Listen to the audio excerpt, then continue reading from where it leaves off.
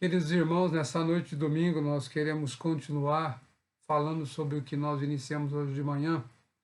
Nós estamos estudando essa epístola que Paulo escreve aos irmãos de Éfeso e nós vamos tratar do tema bênçãos espirituais para o novo povo de Deus. Nós já falamos da primeira parte da lição e agora à noite nós iremos falar da segunda e terceira parte.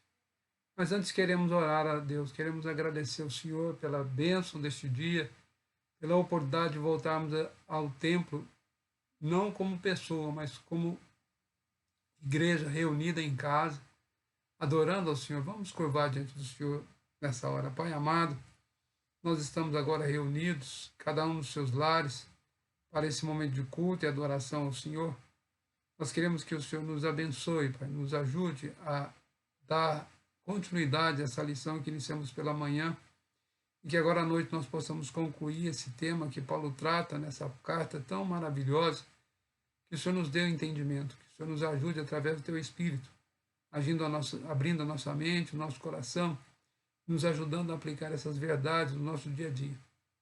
Tudo isso nós te pedimos em nome de Jesus. Amém.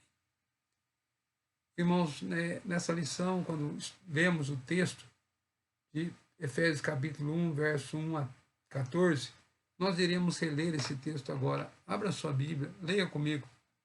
Paulo, apóstolo de Cristo Jesus, por vontade de Deus, aos santos que vivem em Éfeso, fiéis em Cristo Jesus. Graça a vós outros e paz da parte de Deus, nosso Pai, e do Senhor Jesus Cristo. Bendito Deus e Pai de nosso Senhor Jesus Cristo, que nos tem abençoado com toda sorte de bênção espiritual nas regiões celestiais em Cristo, assim como nos escolheu nele antes da fundação do mundo, para sermos santos e irrepreensíveis perante ele, e em amor nos predestinou para ele, para a adoção de filhos por meio de Jesus Cristo, segundo o beneplácito de sua vontade, para o louvor da glória de sua graça.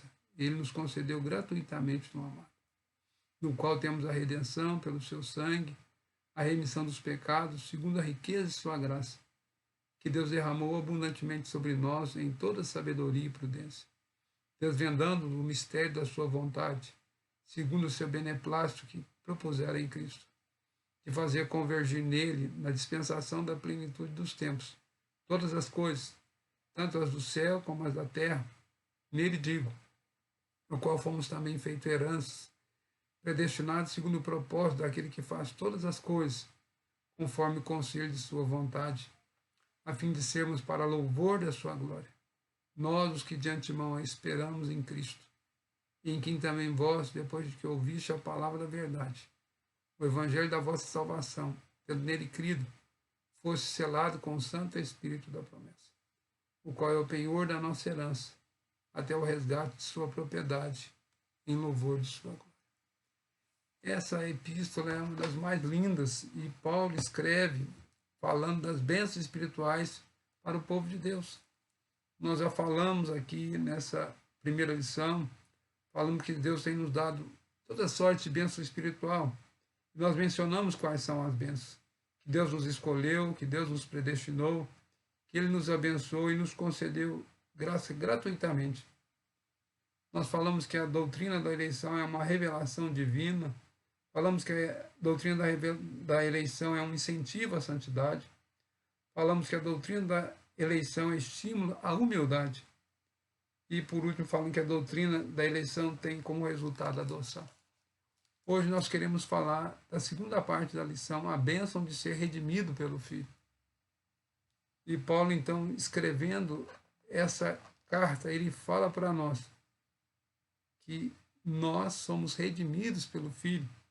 Quero lembrar os irmãos que os primeiros 14 versículos da carta aos Efésios é tomado pelo mesmo título. Cristo Jesus, Senhor Jesus Cristo, amado Cristo, nada menos que 15 vezes.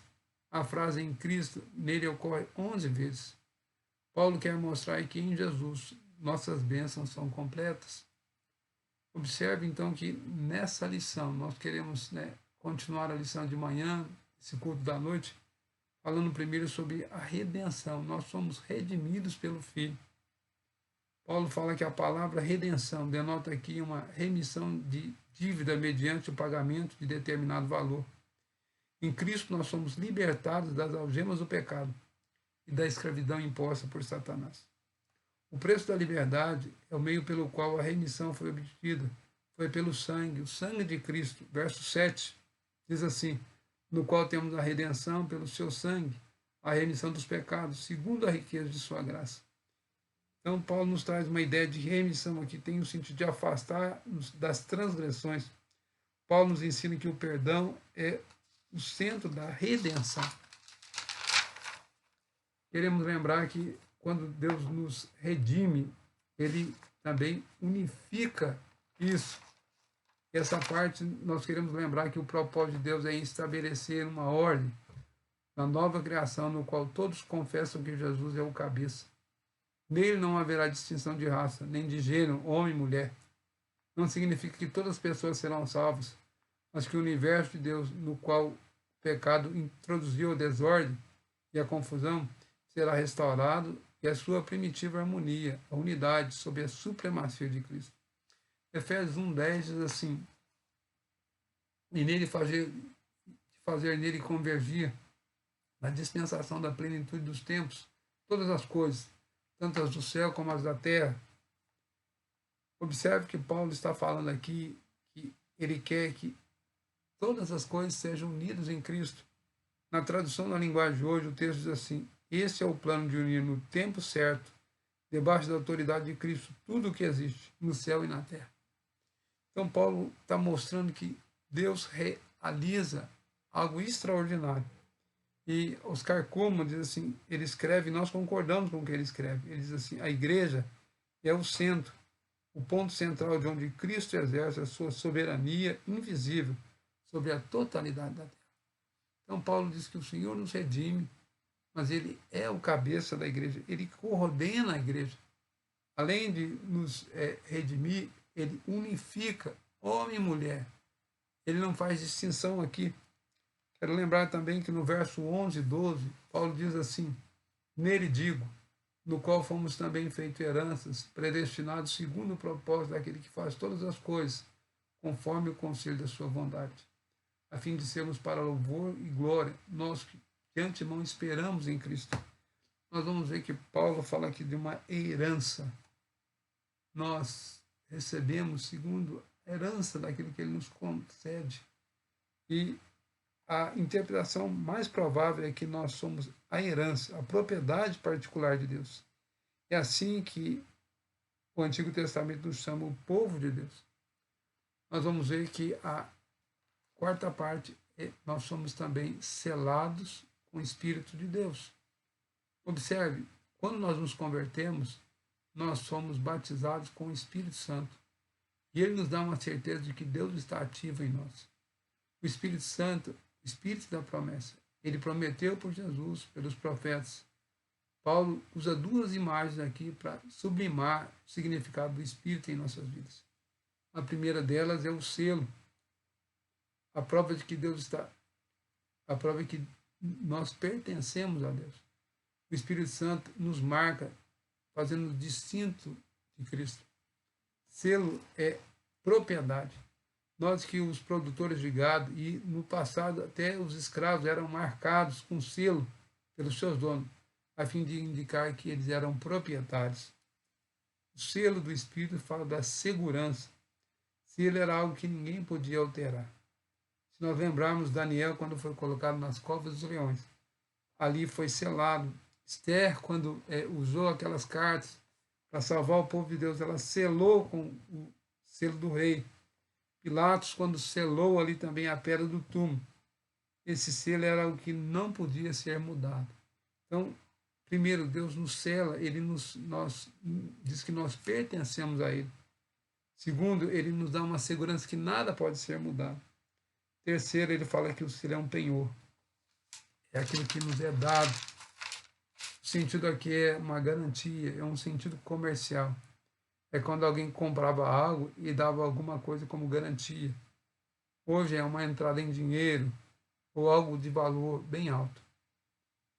Era como um sinal. Exemplo, o noivado, o sinal é uma aliança, é um marco. Quando Deus nos deu o seu Espírito, Ele estava se comprometendo a dar-nos toda a herança reservada para os filhos de Deus.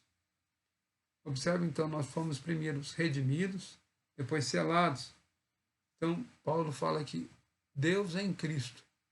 Ele nos chama, Ele nos dá a condição de sermos predestinados, nos escolhendo. Ele nos concede gratuitamente sua graça. Temos também a bênção da redenção pelo Filho. O Filho paga o preço com sangue, nos dá herança para sermos propriedade particular e nós pertencemos a Ele. Nós temos a bênção de ser selado com o Espírito também. É uma marca, nós somos propriedade exclusiva de Deus. O penhor é um sinal de segurança e também de que nada vai ser mudado. O Senhor, então, nos concede o Espírito. Então, nessa noite, eu queria terminar lembrando a você que Paulo fala das bênçãos espirituais que nós recebemos em Cristo. Nós somos, então, escolhidos, predestinados, nós recebemos de graça a salvação em Cristo, nós somos redimidos pelo Filho através do sangue, nós temos a herança como propriedade particular, nós pertencemos a Ele e Ele nos sela com o seu Espírito. Que o Senhor nos ajude nessa noite a fazer a sua vontade, que o Senhor nos ajude a entender que somos igreja e que Ele é o cabeça da igreja. Paulo vai mostrar isso dentro dessa epístola.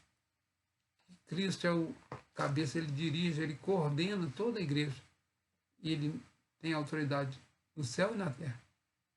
E que nós possamos, então, submeter ao senhorio, sob a direção, sob a instrução do Teu Espírito. Vamos orar a Deus. Pai amado, nós queremos te agradecer por essa noite, quando estamos terminando esse tempo de meditação, concluindo essa lição da escola dominical nesse culto à noite. Que o Senhor possa nos abençoar, Pai. Que o Senhor possa nos fazer entender que somos pessoas chamadas, escolhidas, somos propriedade sua. Que o Senhor nos concedeu o Espírito para nos fazer distinção daqueles que não te pertencem. Dirige-nos durante a semana, nos dê uma semana de vitória e abençoa também essa cidade. Abençoa o nosso país, para que possamos ficar livres dessas enfermidades. Que possamos gozar de uma bênção de poder voltar à tua casa, no templo, para juntos reunirmos e adorarmos o Senhor. Tudo isso nós te pedimos em nome do Senhor Jesus.